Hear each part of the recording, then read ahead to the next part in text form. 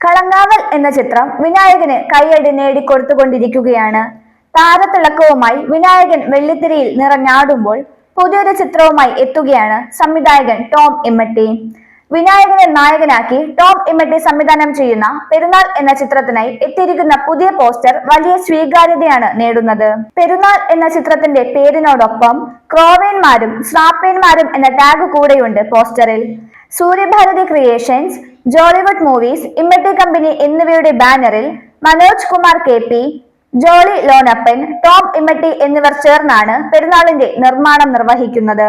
വിനായകനോടൊപ്പം ഷൈൻ ടോം ചാക്കോയും വിഷ്ണു ഗോവിന്ദും സാഗർ സൂര്യയും ജുനൈസും മോക്ഷയും ചിത്രത്തിലെ പ്രധാന കഥാപാത്രങ്ങളെ അവതരിപ്പിക്കുന്നു. ചിത്രത്തിന്റെ ആദ്യഘട്ട ചിത്രീകരണം വാഗമണിലും പരിസരത്തും അവസാനിച്ചു. അവസാനഘട്ട ഷൂട്ടിംഗ് സ്റ്റേജിലാണ് ചിത്രീകരണം ഇപ്പോൾ പുരോഗമിക്കുന്നത്.